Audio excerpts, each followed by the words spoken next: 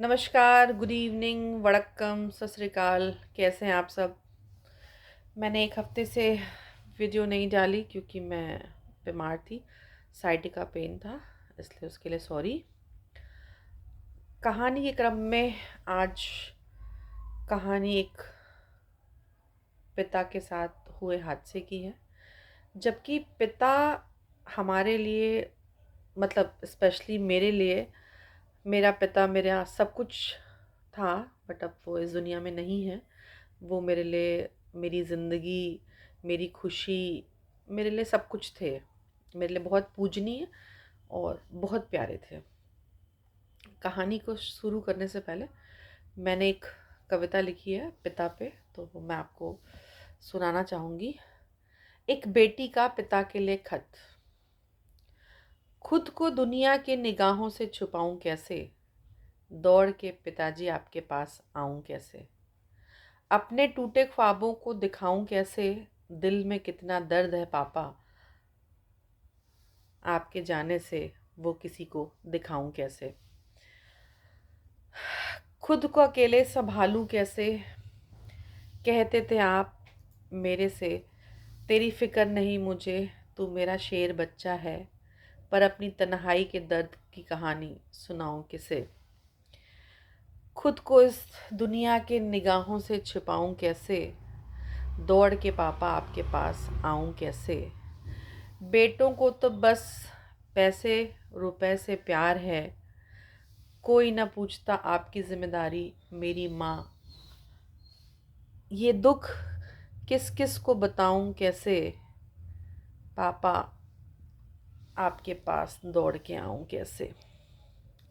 पापा काश आप मुझे अपने साथ ले जा सकते, इस बेगानी दुनिया में अकेले बिताऊं कैसे।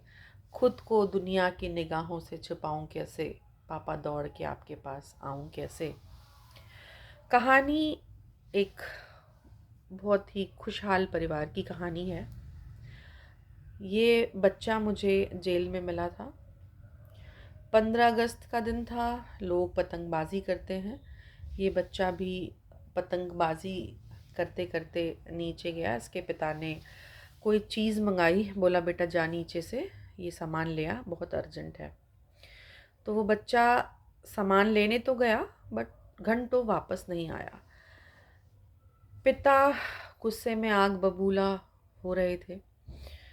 कुछ घंटों बाद बेटा घर वापस आया तो पिता ने बच्चे को एक थप्पड़ मार दिया। उसकी ईगो हर्ट हो गई। उसको बहुत बुरा लगा कि आपने मेरी गली मोहल्ले में मुझे आपने क्यों मारा, मेरी बेइज्जती हो गई। फिर रात को 8 साढ़े 8 बजे के आसपास उसने अपने पिता को चाकू से मार दिया। और पिता के बिना उसकी माँ कैसे ज़िंदा रहती, इसलिए उसने अपनी माँ को भी मार दिया। उसकी एक बहन जो 8वीं कक्षा में पढ़ती थी, उसने उसको भी मार दिया कि वो माँ बाप के बिना कैसे रहेगी। मैंने जेल में उससे पूछा कि बेटा तुमने ऐसा क्यों किया। बोला मैडम 30 सेकंड का गुस्सा था, मुझे खुद नहीं पता मैंने क्या किया, बट अब जो हो गया उसको मैं बदल नहीं सकता। मैं चाह के भी अपने माँ बाप, अपनी बहन को वापस नहीं ला सकता। बहन मेरी बहुत तड़प रही थी, इसलिए मैंने उसका गला रेत के उसको मार दिया। मैं उसकी तड़प नहीं देख पा रहा था। मैंने उसको बोला बेटा तुम बहन की तड़प नहीं देख पा रहे थे क्या? तुमने जब अपने माता पिता और अपनी बहन पे वार किया होगा तो तुम्हें अंदाज़ा है कि उन्होंने कभी सोचा होगा जिसको मैंने 9 महीने पेट में रख के सींचा, जिसको लाख दर्द तकलीफ़ों से मैंने पैदा किया, वो ही एक दिन मुझे मार देगा। बहन जो राखी बांधती है इतने अरमानों से कि मेरा भैया मेरी रक्षा करेगा, वही भक्षक बन जाएगा। और जबकि वो बेटा, वो लड़का इकलौता वारिस था, वारिस है अपनी पूरी संपत्ति का। पर ज़िंदगी में किसको क्या चाहिए किसी को नहीं पता। ये सिर्फ उस व्यक्ति को पता है। किसी भी विधा इंसान संतुष्ट नहीं है। पता नहीं क्यों वो इतना परेशान है। क्या चाहिए ज़िंदगी में, किससे किसको क्या चाहिए। जिसके बाद बहुत पैसा है वो भी खुश नहीं है, जिसके पास नहीं है वो भी बहुत दुखी है। हर इंसान दुखी है। किसी को शारीरिक कष्ट है, किसी को आर्थिक, किसी को पारिवारिक, किसी को सामाजिक, किसी को मानसिक। तो कष्टों से भरा जीवन सबका है, लेकिन कोई तैर के निकल जाता है, कोई टूट जाता है। तो मोरल ऑफ द स्टोरी ये है कि इतना गुस्सा, इतना ईगो मत पालिए कि आप संबंधों की ही जान ले लें।